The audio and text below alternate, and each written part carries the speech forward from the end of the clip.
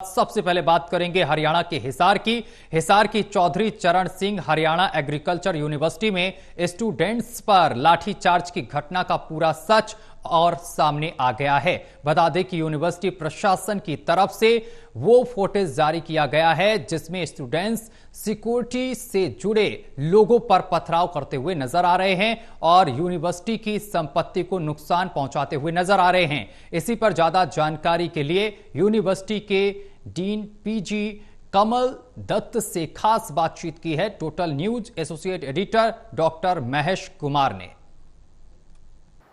हिसार की चौधरी चरण Singh Haryana agriculture university के स्टूडेंट्स की तरफ से सोशल मीडिया पर कुछ पोस्ट डाले गए। इस पोस्ट में नजर आ रहा था कि लाठियां भांजी जा रही हैं स्टूडेंट्स पर और स्टूडेंट्स लगातार हिंसा का शिकार हो रहे हैं। लेकिन इसी कहानी का एक दूसरा पक्ष भी अब सामने आ चुका है। दरअसल यूनिवर्सिटी प्रशासन की तरफ से ये पक्ष रखा गया है कि वो सुरक्षा को बनाए रखने के लिए सामने खड़े होने की मजबूरी के साथ खड़े थे और यही वजह कि उनके ऊपर अटैक बार बार किए जा रहे थे, पथराव किए जा रहे थे, जिसकी वजह से सुरक्षा को बनाए रखने के लिए, उस हिंसा को आगे बढ़ने से रोकने के लिए उन्हें सामने खड़ा होना पड़ा। और इसी पर ज्यादा जानकारी के लिए कमल दत्त इस वक्त हमारे साथ बने हुए हैं, डीन पीजीएस चौधरी चरण Singh Haryana agriculture university Hisar. Sir मुझे ये बताइए कि कुछ तस्वीरें दुनिया ने देखी जिसमें ये नजर आ रहा था कि लाठियां भाजी जा रही थी स्टूडेंट्स पर और सुरक्षाकर्मी जो है उन्हें घेर कर पीटते हुए नजर आ रहे थे। लेकिन अब आप लोग ये कह रहे हैं कि दरअसल हमारे साथ हिंसा हुई है, हमारे ऊपर पथराव हुआ था, हमारे ऊपर अटैक हुआ था और उसी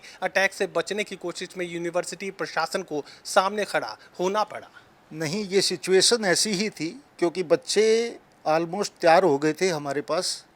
रात को भी उनसे बातचीत हुई थी तो वो तैयार हो गए थे, एग्री हो गए थे कि हमारे को कल सुबह बात करेंगे। इन द मीन टाइम हुआ क्या कि वीसी साहब की गाड़ी जैसे ही आई तो उन बच्चों ने उसके ऊपर अटैक किया। वो हमने वीडियो भी है, सोशल मीडिया पे भी है। उसके बाद उनको बचाने के लिए वीसी साहब चले गए तो एक सिक्योरिटी कॉन्टेक्स्ट को हमने मेंटेन रखने के लिए, क्योंकि वो रेजिडेंशियल एरिया है, वहाँ सभी ऑफिसर्स के मकान थे, तो वो चीज़ हमने करने के लिए सिक्योरिटी को बीच में आना पड़ा। वो सिर्फ एक बचाव के लिए था, ना कि किसी के ऊपर अटैक करने के लिए था। और यही चीज़ थी और उन्होंने फिर बच्चों ने पथराव शुरू कर दिया। वीसी साहब के घर के ऊपर भी किया, नियर बाई जो एक दो रेजिडेंट्स थे उनके ऊपर पथराव भी किया उन्होंने। उसके वीडियो हमारे पास थे, हमने वो सर्कुलेट भी किए हैं। और सिक्योरिटी पर्सनल्स के ऊपर भी उन्होंने अटैक किया है, तो उसके भी वीडियो हमारे पास है। कई सिक्योरिटी के भी लगे हैं पत्थर उसमें, तो वो चीज़ें थी। उसकी हम सिर्फ बच्चों के ऊपर अटैक करने का नहीं था, एक सुरक्षा का माहौल वहाँ प्रदान करने के लिए हमने वहाँ सुरक्षा का बंदोबस्त किया था, अपनी सिक्योरिटी पर्सनल्स को खड़ा किया था वहाँ। स्टूडेंट्स की तरफ से शिकायत पुलिस में दी गई, 8 लोगों के खिलाफ एफआईआर दर्ज कर ली गई। आप लोगों के खिलाफ अब पुलिस या कार्रवाई की तैयारी है और पॉलिटिकल ये पूरा मामला बनता हुआ नजर आ रहा है। आपका क्या पक्ष है? क्या आप लोग भी पुलिस में शिकायत के लिए गए हैं?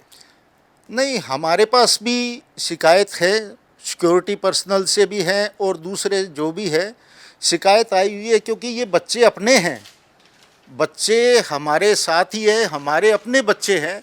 हम ऐसी कोई कार्रवाई नहीं करें कि इनके भविष्य के लिए, क्योंकि सिक्योरिटी पर्सनल्स और उनकी तरफ से हमारे पास रिटर्न में आया हुआ है कि उनके भी चोट लगी है। लेकिन हम नहीं चाहते थे कि हम बच्चों का कैरियर, क्योंकि एक बार किसी बच्चे के ऊपर कहीं भी कोई पुलिस में केस रजिस्टर हो जाता है, उसका पूरा कैरियर है।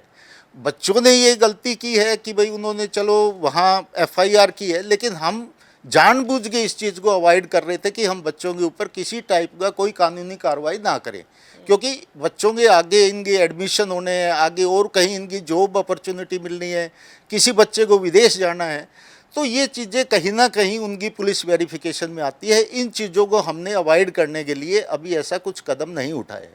आगे क्या कुछ तैयारी आप लोग कर रहे हैं, क्योंकि मामला लगातार बिगड़ता नजर आ रहा है? नहीं, हम कंटिन्यूसली बच्चों के संपर्क में हैं, हमारे ऑफिसर्स भी हैं, वो कंटिन्यूसली बच्चों से मिलने की कोशिश कर रहे हैं। प्रशासन भी है, वो अपनी तरफ से जिला प्रशासन है वो अपना काम कर रहा है। हमारे ऑफिसर्स भी है, वो कंटिन्यूसली बच्चों के टच में है। अगर उनकी कोई प्रॉब्लम है, हम उनकी प्रॉब्लम को सोल्व करने के लिए ही यहाँ बैठे हैं। स्कॉलरशिप को लेकर भी ये बात कही जा रही है कि आप लोगों ने स्कॉलरशिप को घटाकर काफ़ी कम कर दिया था और यही मजबूरी यूनिवर्सिटी स्टूडेंट्स के सामने खड़ी थी कि उन्हें विरोध करना पड़ा। नहीं, अब उसमें कुछ प्रशासन की, हमारी यूनिवर्सिटी की मजबूरी थी, हमने कई नई कोर्सेज शुरू किए हैं। पिछले दौरान से हमारे पास एक कॉलेज ऑफ बायोटेक्नोलॉजी शुरू हुआ है, कॉलेज ऑफ फिशरी साइंस शुरू हुआ है, अभी बेसिक साइंस में हमने 2 कोर्स और शुरू किए हैं। तो ये एक आर्थिक दबाव यूनिवर्सिटी के ऊपर बढ़ता जा रहा था, तो ये हमने कहीं कम नहीं किया है। अभी एमएससी के हर बच्चे को 3,000 रुपये मिल रहे थे, 7.5 से ऊपर जिनकी ओजीपीए थी उनको 6,000 रुपये मिल रहे थे। अब उसमें जो 6,000 मिल रहे थे उन बच्चों को हमने कम करके 25% किया, 3,000 सभी को मिलेंगे, किसी का हमने फेलोशिप कम नहीं किया है। लेकिन एक मेरिट का क्राइटेरिया ये था कि भाई उसमें जो टॉप मेरिट में बच्चे हैं उनको थोड़ा सा एक्स्ट्रा एडवांटेज मिले। इस बारे में पीएचडी में भी हम 5,000 रुपये हर बच्चे को मिल रहे हैं, चाहे उसकी जीपी 7 से ऊपर कितनी भी हो।